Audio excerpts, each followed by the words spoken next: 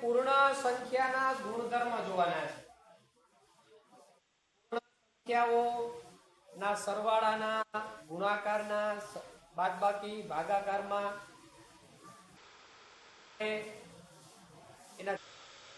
એને આધારે એની સમૃદ્ધ અભ્યાસ કરીએ. જો એના માટે પેલું પૂર્ણ સંખ્યાના સરવાળા, પૂર્ણ સંખ્યાના પેલા તો તમને મગજમાં એક ચિત્ર તૈયાર હોવું જોઈએ કે પૂર્ણ સંખ્યામાં કઈ કઈ આવે. અગાઉ જોયું આપણે કે 0 થી ચાલુ કરવાની, 1 2 3 4 એમ અનંત સુધી આ બધી સંખ્યા પૂર્ણ સંખ્યામાં આવશે. બરાબર. હવે તમે કોઈ પણ પૂર્ણ સંખ્યાનો સરવાળો કરો, કોઈ પણ પૂર્ણ સંખ્યાનો સરવાળો કરો તો જવાબ મળે એ કઈ સંખ્યા મળે એ આપણે અભ્યાસમાં લેવાનું છે. ધારો કે અહીંયા આપણે એક સંખ્યા લીધી 10 અને બીજી સંખ્યા લીધી આપણે 12, તો 10 અને 12 આ બંને પૂર્ણ સંખ્યા છે. રેડી. હવે આપણે એનો સરવાળો કરો તો 10 અને 12 કેટલા થાય? જો પેલું એક યાદ રાખી લ્યો, 12 એટલે શું છે? 10 વત્તા 2 તો છે. હવે 10 10 કેટલા થયા? 20 અને એમાં 2 નાખી દો એટલે 22. તો 22 જે મળ્યા એ પણ પૂર્ણ જ છે. બરાબર. કોઈ પણ પૂર્ણ સંખ્યાથી તમે લ્યો, ધારો કે 0 થી ચાલુ કરાવો, 0 વત્તા 1 તો 1, 0 વત્તા 0 તો 0. બરાબર. ટૂંકમાં બધી પૂર્ણ જ મળશે તમને. 0 1 2 3 4 એમ અનંત સુધી જ મળે, એકે ઋણ સંખ્યા મળે નહીં. બરાબર. પૂર્ણ સંખ્યા પોતે શું છે? 0 અને બધી ધન સંખ્યાઓ છે. બરાબર. તો હવે ધન સંખ્યાનો સરવાળો ધન જ આવે, એટલે પૂર્ણ સંખ્યાનો સરવાળો હંમેશા પૂર્ણ સંખ્યા જ મળે.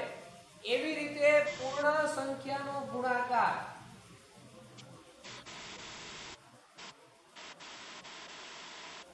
પૂર્ણ સંખ્યાનો ગુણાકાર. હવે પૂર્ણ સંખ્યાનો તમે ગુણાકાર કરો. જો ધારો કે તમે લીધા એક સંખ્યા 7 લીધી, એક સંખ્યા 3 લીધી, હાલ તો એનો ગુણાકાર કરો તો કેટલા થયા? તો કે 21. બરાબર. તો પૂર્ણ સંખ્યાનો ગુણાકાર પણ પૂર્ણ સંખ્યા જ મળે. તમને એમ થાય કે 0 સાથે લઈએ તો 7 * 0 કરો તો 0, પણ 0 પણ કેવી છે? પૂર્ણ સંખ્યા છે. 0 પણ કેવી છે? પૂર્ણ સંખ્યા છે. એટલે તમે 7 * 3 કર્યા તો પણ પૂર્ણ સંખ્યા આવી, 7 * 0 કર્યા તો પણ પૂર્ણ સંખ્યા આવી. એનો અર્થ એમ થયો કે સરવાળા અને ગુણાકારમાં કોઈ પણ બે અથવા વધુ પૂર્ણ સંખ્યા આપણે લઈએ તો એની ગણતરી કરતા એનો જવાબ જે મળે છે એ પણ પૂર્ણ સંખ્યા જ મળે. એ પણ કેવો મળે? પૂર્ણ સંખ્યા જ આપણને મળે. બરાબર. એટલે સરવાળા અને ગુણાકાર માટે એને સમૃદ્ધતાનો ગુણધર્મ સાથે આપણે તુલના કરી શકાય. એ ઉપરાંત બાદબાકીની વાત કરીએ તો બાદબાકી માટે શું લાગુ પડે? ચાલો તમે થોડું વિચારી શકો. બાદબાકી, હવે બાદબાકીમાં તમે જુઓ, ધારો કે તમે 15 એક પૂર્ણ સંખ્યા 15 લીધી, બીજી પૂર્ણ સંખ્યા 10 લીધી, તો એની બાદબાકી કરી 15 માંથી 10 બાદ કર્યા તો કેટલા આવ્યા? તો કે 5. તો એ પૂર્ણ સંખ્યા છે. બરાબર. હાલ પણ તમે એવું વિચારો, 10 માંથી 15 બાદ કર્યા, 10 માંથી 15 બાદ કર્યા તો તમને એમ થાય કે નાની સંખ્યામાંથી મોટી સંખ્યા કેમ બાદ થાય? થાય. કેવી રીતે? આપણે નિયમ ભણ્યા છીએ, અલગ અલગ નિશાની હોય ત્યારે મોટા અંકમાંથી નાનો અંક બાદ કરો, 15 માંથી 10 કાઢો એટલે 5, અને જવાબમાં હંમેશા મોટાની નિશાની મૂકી દો એટલે -5. 10 માંથી 15 કાઢી શકાય પણ જવાબ ઋણ આવે. કેવો આવે? ઋણ. એટલે -5 આવ્યા, પણ -5 પૂર્ણ સંખ્યામાં કે છે તો કે નહીં. -5 પૂર્ણ સંખ્યામાં આવતા નથી, એટલે પૂર્ણ સંખ્યાના ગુણધર્મમાં જે બાદબાકી છે એમાં એનો જવાબ પૂર્ણ સંખ્યા જ મળે એવું જરૂરી નથી, બરાબર. એનો જવાબ પૂર્ણ સંખ્યા સિવાય પણ આપણને મળી શકે. તો આવા બધા તમને નિયમો, ગુણધર્મ તમારી ટેક્સ્ટ બુકની અંદર પેજ નંબર 31, 32, 33 ઉપર આપ્યા છે. એના ઉદાહરણ એકવાર જોઈ લેજો. હવે આપણે એને લગતા થોડાક દાખલાઓની આપણે ગણતરી પહેલા લઈએ. ચાલો, ઉદાહરણ નંબર 1 છે.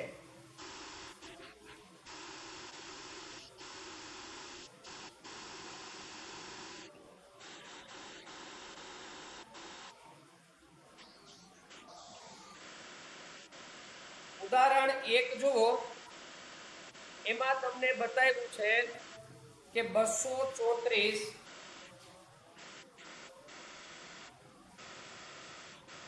197 અને 103 નો સરવાળો કરો. આવી સંખ્યાનો સરવાળો કરવાનો છે.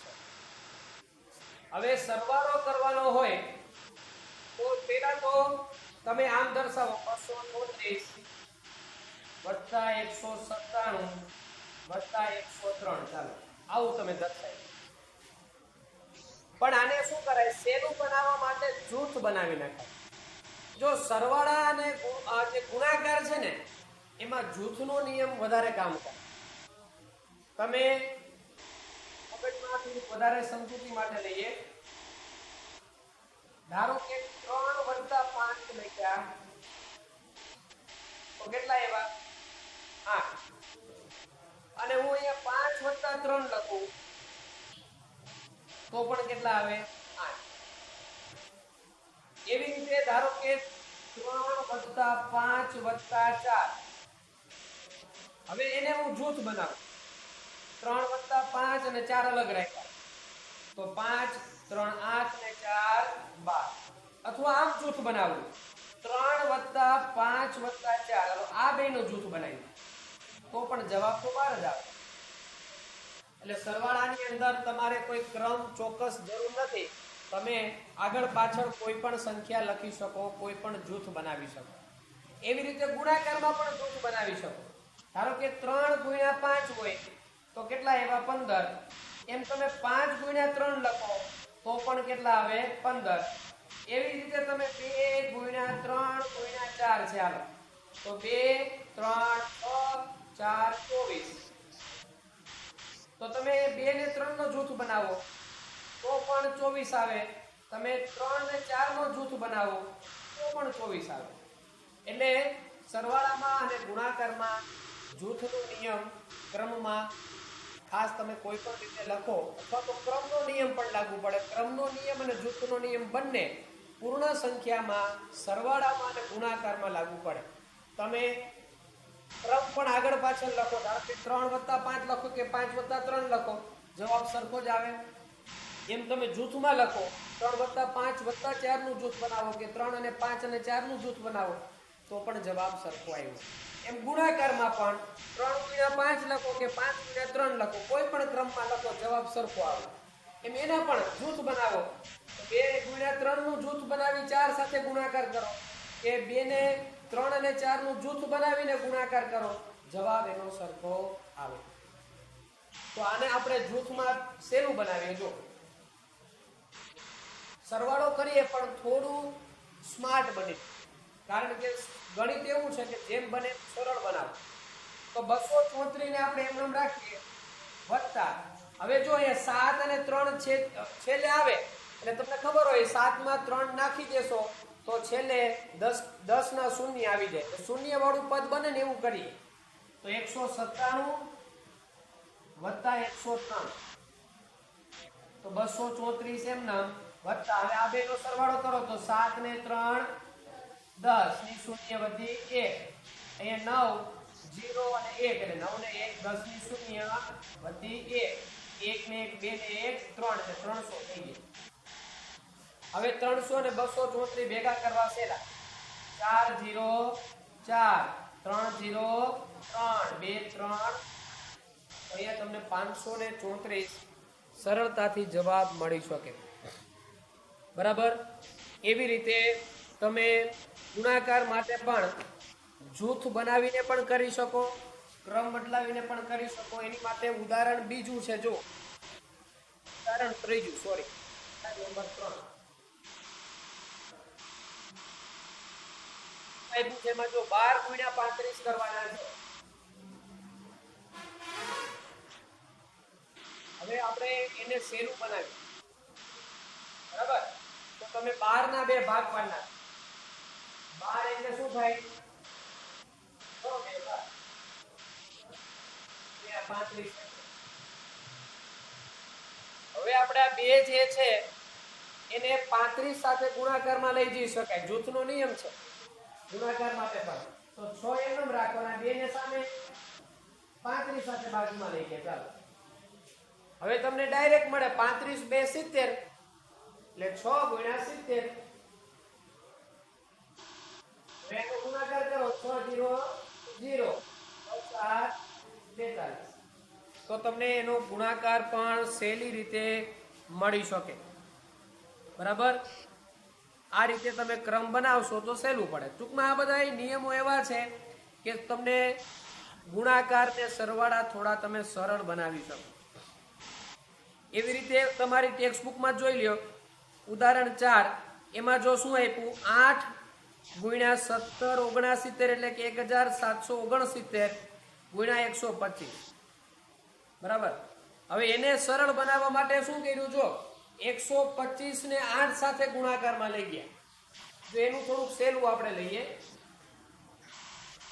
125 ગુણ્યા કેટલા હતા 1769 ગુણ્યા 8 હવે જો તમને એક મગજમાં બેસાડી દો કે અહીંયા 125 અને 8 નો મારે ગુણાકાર કરીએ તો સહેલું કેમ પડે બરાબર 125 માં હું આમ લખી શકું 100 અને 25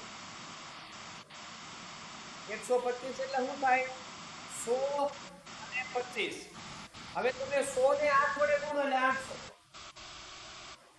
100 ને 8 વડે ગુણશો એટલે 800 25 ગુણો એટલે 200 એટલે એને ભેગા કરો એટલે 1000 થઈ ગયા એટલે 125 અને 8 ને ગુણશો એટલે 1000 થઈ જશે અને પછી આની ગણતરી સહેલી બને 1000 સાથેની ગણતરી કરીએ તો સહેલી બને એના માટે શું કર્યું 8 ગુણ્યા 125 ભેગા રાખ્યા ગુણ્યા 17 69 8 ગુણ્યા 25 એટલે 1000 ગુણ્યા 1769 હવે આ 3 મીંડા પાછળ જવા દો તો સીધો જવાબ મળી ગયો તો ટૂંકમાં આ બધા જૂથના નિયમ છે કે વિભાજનનો નિયમ છે કે ક્રમનો નિયમ છે એ તમે ગણિતને સરળ બનાવવા માટે છે બરાબર એટલે થોડી પ્રેક્ટિસ કરજો એટલે તમને એમાં તકલીફ પડશે નહીં બરાબર પછી જો તમે ઉપર એક ઉદાહરણ નંબર 2 માં 14 + 17 + 6 એને બે રીતે મેળવવાનું કીધું તો એમાં તમે કોઈ પણ બે જૂથ બનાવી નાખો કઈ રીતે જો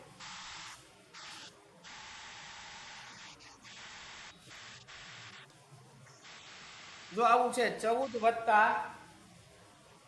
17 + 6 એને આપણે એમ કીધું કે બે રીતે જવાબ મેળવો તો આપણે વિચારીએ પેલા આ બેનું જૂથ બનાવીએ 14 + 17 અને 6 અલગ રાખીએ તો આ બેને ભેગા કરો તો 7 ને 4 11 નો 1 વધી 1 1 2 ને 3 31 + 6 એટલે 37 આવ્યા ચાલો બીજી રીત લેવી હોય તો 14 ને અલગ રાખો વત્તા આ 17 ને 6 ને ભેગા કરો તો 14 વત્તા એ 7 અને 6 13 તગડો વધી 1 એટલે અહીંયા 23 હવે બેનો સરવાળો કરો તો આપણને કેટલા આવ્યા 37 એટલે એના જવાબ તો સરખા જ આવશે તમે આગળના બેને જૂથમાં લ્યો કે પાછળના અંકને જૂથમાં લ્યો સરવાળા ગુણાકારના નિયમની અંદર એના જવાબ હંમેશા સરખા મળે છે બરાબર તો ખાસ આને થોડુંક દર્શાવી દો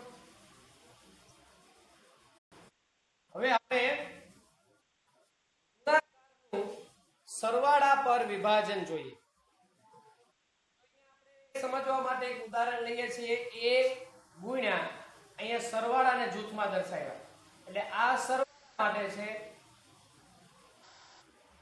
અને આ ગુણાકાર દર્શાવ્યો છે એટલે ગુણાકારનું સરવાળા સાથે આપણે વિભાજન કરવું હોય તો કેવી રીતે કરી શકાય એની એક સરળ રીત જો જેનો ગુણાકાર કરવાનો છે એ સંખ્યા લખો અહીંયા કોણ છે a તો a લખ્યા હવે કૌંસમાં જે સરવાળાનું છે એનું પહેલું પદ કયું છે તો કે b તો પહેલાને પહેલા સાથે ગુણાકાર કરવાનો તો a ને b સાથે ગુણાકાર કરો એટલે અહીંયા જેનો ગુણાકાર છે એને આપણે કૌંસના પહેલા પદ સાથે લીધો a ગુણ્યા b હવે જો આ એની આગળ કઈ નિશાની છે કઈ ન હોય તો વત્તા તો હોય જ અહીંયા પણ કઈ નિશાની છે વત્તા તો વત્તે વત્તે વત્તા મૂકવાના હવે પાછો જેનો ગુણાકાર છે એ સંખ્યા લખવાની એટલે a અને બીજું પદ હોય એ લખવાનું એટલે c એટલે a નો b સાથે ગુણાકાર એટલે ab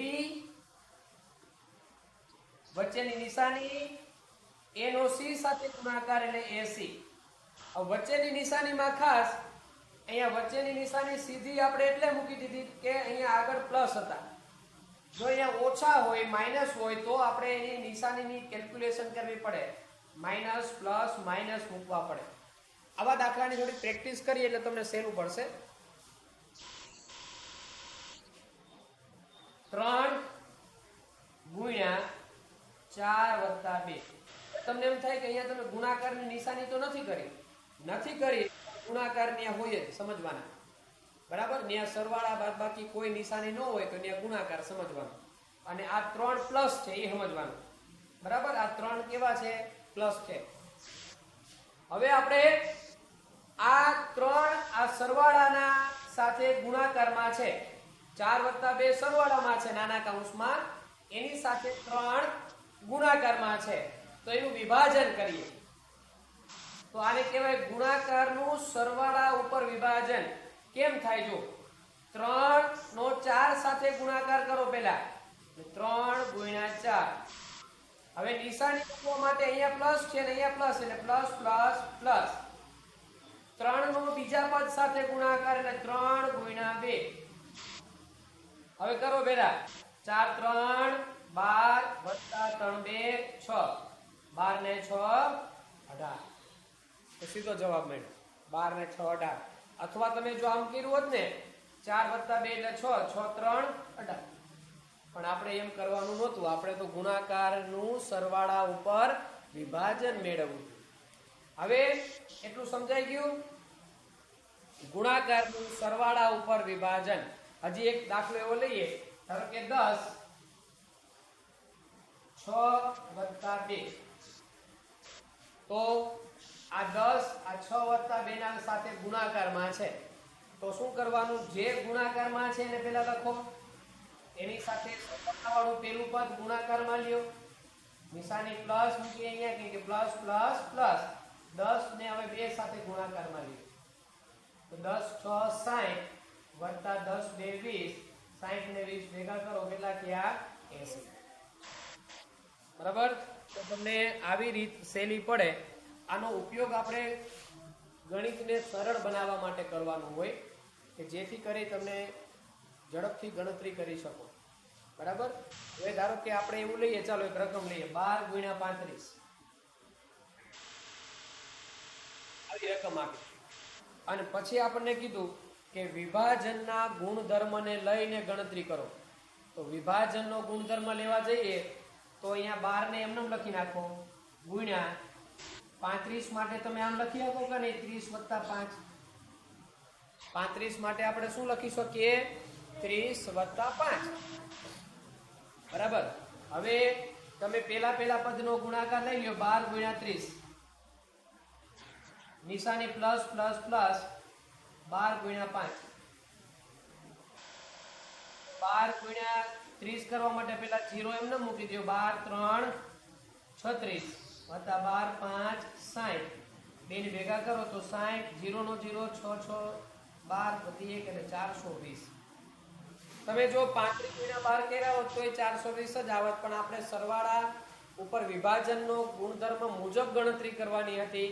આથી આપણે 35 ના બે ભાગ કરી નાખ્યા, 30 + 5, અને પછી આપણે 12 નો ગુણાકાર 30 સાથે કર્યો, વચ્ચેની નિશાની 12 નો ગુણાકાર 5 સાથે કર્યો, એટલે 12 × 30 કર્યા એટલે 360 આવ્યા, અને 12 × 5 કર્યા એટલે 60 આવ્યા, બેને ભેગા કર્યા તો 420 આવ્યા.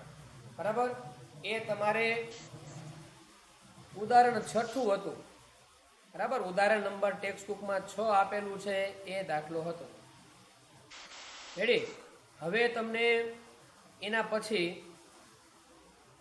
ઉદાહરણ 7 જુઓ. એમાં પણ છે સરળ બનાવો.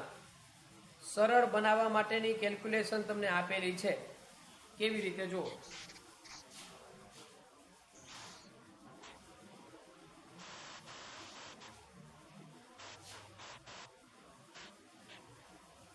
શું આપ્યું આપણને? 126 × 55 વત્તા 126 × 45. આવું આપણને આપેલું છે. 126 × 55 વત્તા 126 × 45. હવે જ્યારે આવું હોય ને ત્યારે તમારે ધ્યાન એ રાખવાનું, આ બે પદ છે, આ બે પદ છે, વચ્ચે વત્તા છે, આ ગુણાકારમાં છે, આ ગુણાકારમાં છે, અહીંયા વચ્ચે સરવાળો છે. ત્યારે બંનેમાંથી સામાન્ય કાઢી અને ગણતરી કરતા શીખો. જો આપણે અગાઉ આવું જોયું હતું. જો a × b + c હોય તો આપણે શું કરતા હતા? a નો b સાથે ગુણાકાર એટલે a × b, પછી વત્તાની નિશાની a × c. આવું કરતા હતા ને. તો અહીંયા ઊંધું આપ્યું છે. જો આવું આપ્યું છે, આને તમે a કહો, આને તમે b કહો, આને તમે 126 ને a કહો, આને તમે c કહો. તો આવું આપ્યું છે, આવું બનાવવું છે. બરાબર. તો તમે શું કર્યું? આ બેમાંથી a સામાન્ય કાઢી લીધો. a સામાન્ય કાઢ્યો એટલે ઉપર શું વધ્યું? b + c. એટલે એમ 126 અહીંથી બહાર કાઢી લીધું. બેમાંથી 126 તમે બહાર કાઢ્યા. 126 બહાર કાઢ્યા એટલે આ પદમાંથી 126 નીકળી ગયા. ચાલો, તો અહીંયા કોણ વધ્યું? 55. હવે આ નિશાની મૂકવાની વત્તા. આમાંથી પણ 126 નીકળી ગયા. અહીંયા કેટલા વધ્યા? 45. તો ટૂંકમાં આપણે આવું શીખ્યા હતા કે a × b + c ગુણાકારનો સરવાળા ઉપર વિભાજન આવું થયું. a × b + a × c. ઊંધું કરો. આવું આપ્યું હોય તો આપણે બેમાંથી a સામાન્ય કાઢી લીધો અને બાકીના સરવાળામાં મૂકી દીધા, એટલે તમને ગુણાકાર સહેલો પડે. હવે 126 તમે એમનેમ રાખી દીધા. આ બેને ભેગા કરો એટલે કેટલા થયા? 55 + 45 એટલે 100. બરાબર. એટલે 100 ના બે સાથે ગુણાકાર હોય ત્યારે શું કરો? 126 એમનેમ રાખીને 100 ના બે શૂન્ય લગાડી દીધા. 12600 સીધો જવાબ આવ્યો. એટલે આ ગુણાકારનું સરવાળા ઉપર વિભાજન. તો તમે a × b + c હતા તો એની માટે તમે a × b + a × c કર્યું. પણ જો તમને a × b + a × c આપેલું હોય તો તમે આવું પણ કરી શકો. બેમાંથી સરખા સામાન્ય કાઢી શકાય. બાકીના જે વધે એને સરવાળામાં મૂકી દીધા. આની થોડી પ્રેક્ટિસ કરવી પડશે. હાલો એવા 2-3 દાખલા લઈએ તો તમને આવડી જશે. હા, જો ધારો કે આવી રીતે છે. ચાલો, 3 × 6 વત્તા 4 × 6 આવું છે. આગળ બરાબર. તો તમને એક જોઈ લ્યો, આ બે ગુણાકારમાં છે, આ બે પણ ગુણાકારમાં છે, અને એ બંને પદ પાછા વચ્ચે સરવાળામાં છે. બરાબર. હવે આ બેયમાં તમને કઈ સરખું લાગે છે? કેટલા? 6. તો એ 6 તમને સરખા લાગે તો તમે એને બહાર કાઢી લ્યો. બરાબર. આમાંથી 6 કાઢ્યા એટલે કેટલા વધ્યા? તો કે 3. તો કૌંસમાં લખવાના 3. આ નિશાની મૂકવાની વત્તાની. હવે આમાંથી 6 કાઢી લીધા, કેટલા વધ્યા? હા, કૌંસ પૂરો કરી નાખો. હવે અહીંયા 6, આ 3 ને 4 નો સરવાળો કરો તો કેટલા થયા? 7. હવે 7 6 42. બરાબર. તો તમને આવી રીતે ગણતરી કરવી થોડી સહેલી પડે. હજી આપણે એવા દાખલા લઈએ 2 4 એટલે તમને આવડી જશે. ચાલો ધારો કે અહીંયા 15 ગુણ્યા 8 વત્તા 15 ગુણ્યા 2. બરાબર. તો અહીંયા જો આ બે પદ ગુણાકારમાં છે, આ બે પદ ગુણાકારમાં છે, વચ્ચે સરવાળામાં છે. હવે તમે જોઈ શકો આ બે પદમાં સરખું કોણ છે? 15 15. એ 15 ને આપણે બહાર કાઢી લ્યો. તો આમાંથી 15 કાઢ્યા, કોણ વધ્યા? તો કે 8. આ નિશાની મૂકી દો વત્તા. હવે આમાંથી તમે 15 કાઢ્યા, કોણ વધ્યા? 2. હવે આ 15 એમ નામ 8 ને 2 નો સરવાળો કરો, કેટલા થયા? 8 માં 2 નાખો એટલે 10. હવે 10 અને 15 નો ગુણાકાર એટલે 15 એમ નામ રાખીને શૂન્ય લગાડી દેજો 150. આવડશે? હજી એક લઈએ ચાલો. 23 ગુણ્યા 12. 23 ગુણ્યા 12. 23 ગુણ્યા 8. આમ લઈએ ચાલો.